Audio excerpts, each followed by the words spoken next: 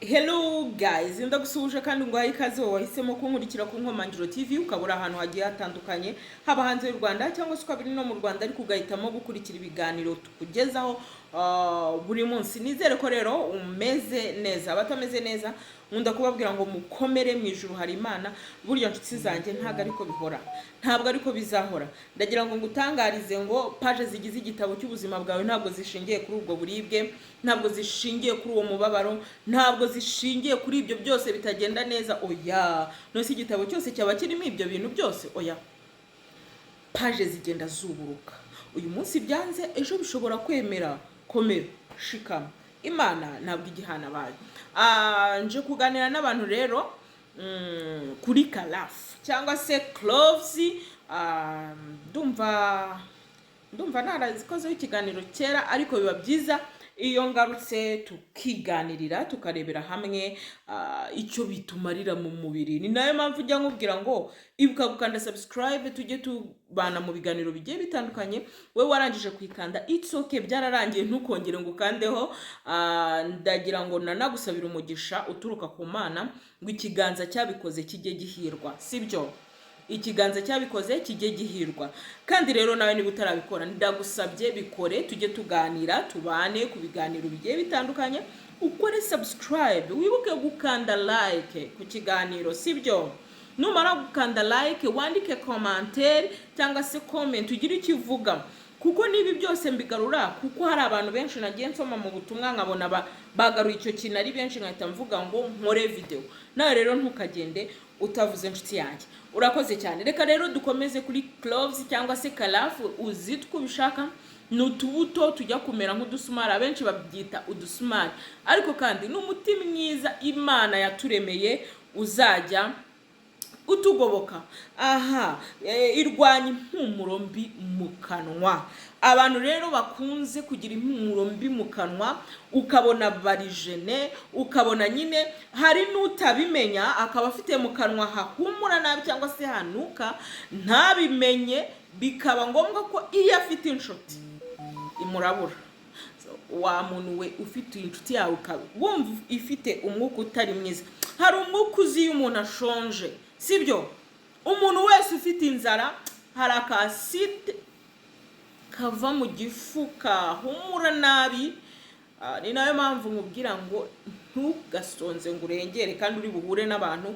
Buriya wahekenya n'agashikarete wareba akantu ushyira mu kanwa, igifu kigakora neza ntikizamure iya side ihumura nabi, kuko uzumva umuntu wese ushonje agira ku kantu nyine washonje cyane.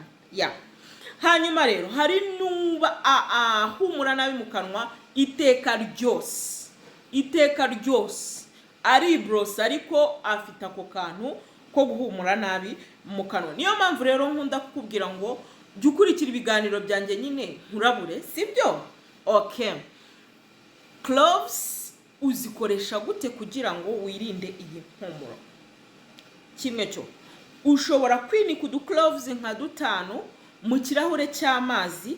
Ayo mazi ukajya uyajundika. Niba wiriwe mu rugo ukajya ujundika iminota 5 ukayacira, hashira isaha ukongera gutyo, kandi ukabikora na mu gitondo mbere yuko wibrosa bisanzwe. Ikindi kandi nshuti zanjye, ushobora kugafata ukagahekenya, ukagahekenya nk'uko hekenya shikarete. Gashobora kuba gashariramo ukuntu cyangwa se gafite akantu kagasenda ukuntu, ariko iyo bigize akamenyero biba byiza uwo muhumuro mubi wo mu kanwa uvamo. Kandi mbibutsa ko niba ufite mu kanwa ariko utahoza, ni byiza koza amenyo, sibyo? Ni byiza koza amenyo, ariko hari n'uyoza n'ubundi bikarangira ahumeye nabi mu kanwa. Niyo mpamvu rero nshuti zanjye nkubwira ngo ukoresha cloves uzakira guhumura nabi mu kanwa. Ni inkanguramubiri nziza. Cloves ni inkanguramubiri nziza kubera iki? Kubera ko inarutariye amakawa, wa mubiri usinziriye, wa mubiri udakora neza. Cloves ni nziza cyane, ndayigutuye. Irwanya kubabuka mu kanwa ndetse n'ishinya. Hari abantu bakunze kugira ishinya ikababuka ikazaho n'ibintu by'umweru kuntu, bakazana ugasanga nyine mu kanwa hagiye harimo utuntu tw'udusebe cyane cyane mu nkanka cyangwa ku rurimi. Ni nziza rero kuyikoresha kuko ivura ibyo. Ndaza kukubwira uko uyitunganya. Igabanya kuribwa amenyo. Nshuti yanjye, niba ujya ukunda kurwara amenyo, iryinyo ryawe bakaba batararikura, warangiza ukagira gute? Warangiza ukaba ufite cloves.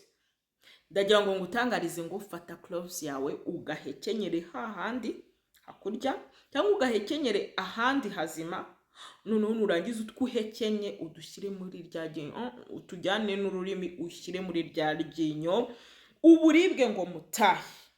Navuze kenshi ibintu bikwiye no gukora igihe warwaye iryinyo. Ikiganiro naragikoze, nanabashimira ko mwakirebye muri benshi. Imana ibahereze umugisha abantu banyereka ko turi kumwe.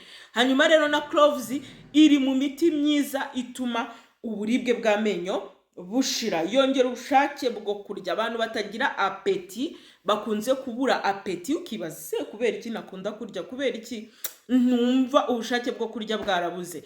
Ndakurarikira gukoresha cloves. Ndakubwira uko uzajya uzitegura, sibyo? Irwanya imyuka yo mu mara. Hari abantu bakunze kugira mu mara bakagira ibintu by'ibyuka, bakagira ibintu by'ibyuka. Ibyo byuka rero cloves irabirwanya. Noneho rero ni gute wayikoresha? Shyira uduti cyangwa se turya dusumari twa cloves 2 cyangwa 3 twayo muri mililitri 250. Ni ukuvuga ngo ni inusu y'amazi igizwe n'amagarama 500, sibyo? Ngo n'amagarama 500. Very sorry. Mililitri 500. Ni ukuvuga ngo rero ni igice cy'inusu. Byumvikanye? Ubwo ni nk'igice cy'ikirahure.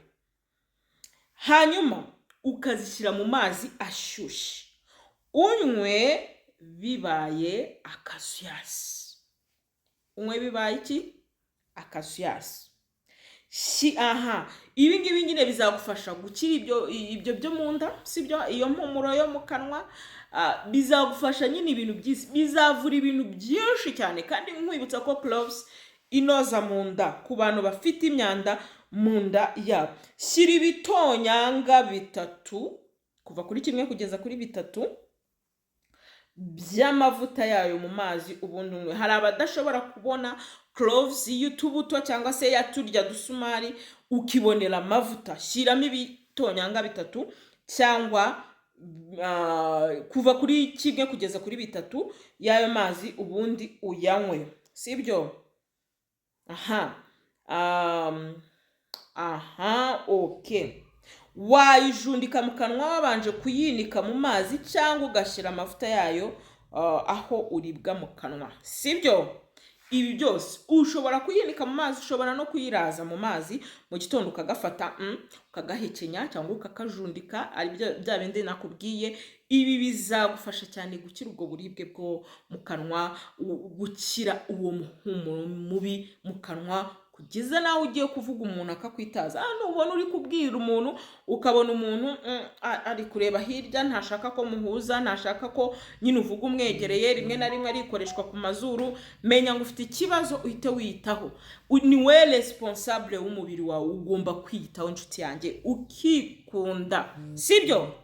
Nizere ko rero ibyo bibazo byose mvuze ugiye kubikira rwose, kandi nsaba n'Imana ngo iherekeze uyu muti nkubwiye, uzagaruke ushima Imana nk'abandi. Reka nshime n'abantu rero bajya batagenda batavuza amashimwe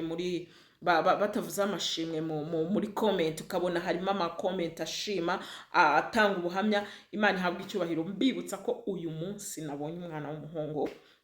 Ni ukuvuga ngo mu bantu bakoresha imiti mbaha, twabyaye umwana w'umuhungu, mfite umwuzukuru w'umuhungu. Ejo hashize nabonye w'umukobwa. Urumva ko nyine ababyeyi banjye mba nishimanye nabo. Imana igihabwa icyubahiro. Mwibutse rero gukanda subscribe wowe utabikoze, na like ndetse na share. Mujye musharinga inshuti zanjye, sibyo? Murakoze, ndabakunda. Imana ikandusha.